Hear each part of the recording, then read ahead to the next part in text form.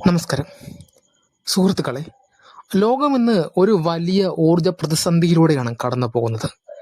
പശ്ചിമേഷ്യയിൽ, പ്രത്യേകിച്ച് ഇറാനുമായി ബന്ധപ്പെട്ടുണ്ടായ യുദ്ധസമാനമായ സാഹചര്യങ്ങൾ ആഗോള എണ്ണ വിപണിയെ തകിടം മറിച്ചിരിക്കുകയാണ്.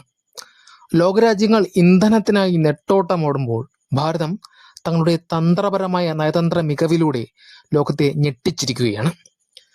വെറുമൊരു ഉപഭോക്താവ് എന്ന നിലയിൽ നിന്നും മാറി ആഗോള എണ്ണ വിപണിയുടെ ദിശ നിശ്ചയിക്കുന്ന ഒരു വൻ ശക്തിയായി ഭാരതം എങ്ങനെ മാറി എന്നതാണ് ഇന്നത്തെ വീഡിയോയിൽ നമ്മൾ ചർച്ച ചെയ്യുന്നത്.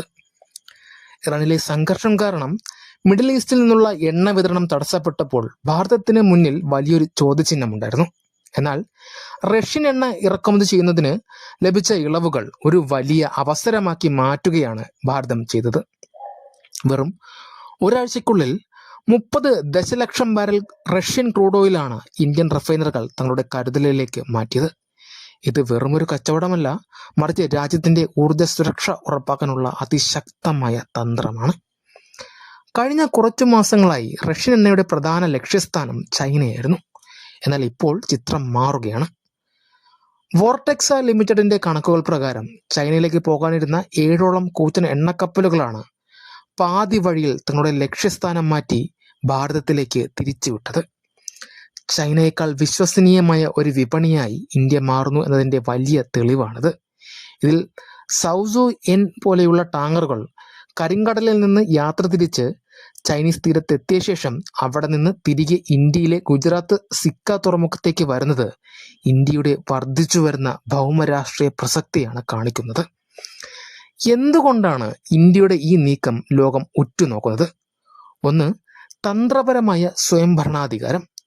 അമേരിക്കയുടെയും പാശ്ചാത്യ രാജ്യങ്ങളുടെയും ഉപരോധങ്ങൾ നിലനിൽക്കുമ്പോഴും സ്വന്തം രാജ്യത്തിന്റെ താല്പര്യത്തിന് മുൻഗണന നൽകിക്കൊണ്ട് റഷ്യയുമായി ഇടപാടുകൾ നടത്താൻ ഇന്ത്യക്ക് സാധിക്കുന്നു. ഇത് ഇന്ത്യയുടെ വിദേശ നയത്തിന്റെ കരുത്താണ്. രണ്ട്, വിപണിയെ നിയന്ത്രിക്കാനുള്ള ശേഷി. ജപ്പാൻ, ദക്ഷിണ കൊറിയ തുടങ്ങിയ രാജ്യങ്ങൾ പോലും ഇന്ത്യയുടെ പാത പിന്തുടർന്ന് റഷ്യയിൽ നിന്ന് എണ്ണ വാങ്ങാൻ തയ്യാറെടുക്കുന്നത് ഇന്ത്യയുടെ തീരുമാനങ്ങൾക്കുള്ള ആഗോള അംഗീകാരമാണ്. മൂന്ന്, ഇന്ധന സുരക്ഷ.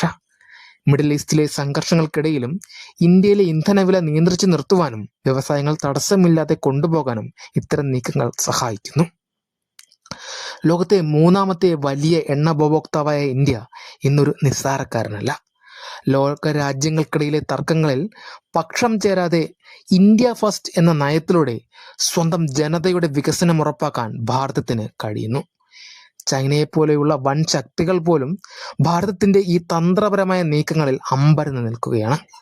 വരും ദശകങ്ങളിൽ ലോകത്തിന്റെ സാമ്പത്തികവും രാഷ്ട്രീയവുമായ ദിശ നിശ്ചയിക്കുന്നതിൽ ഭാരതം ഒരു നിർണായകമായ ശക്തിയായി തുടരുമെന്ന് ഈ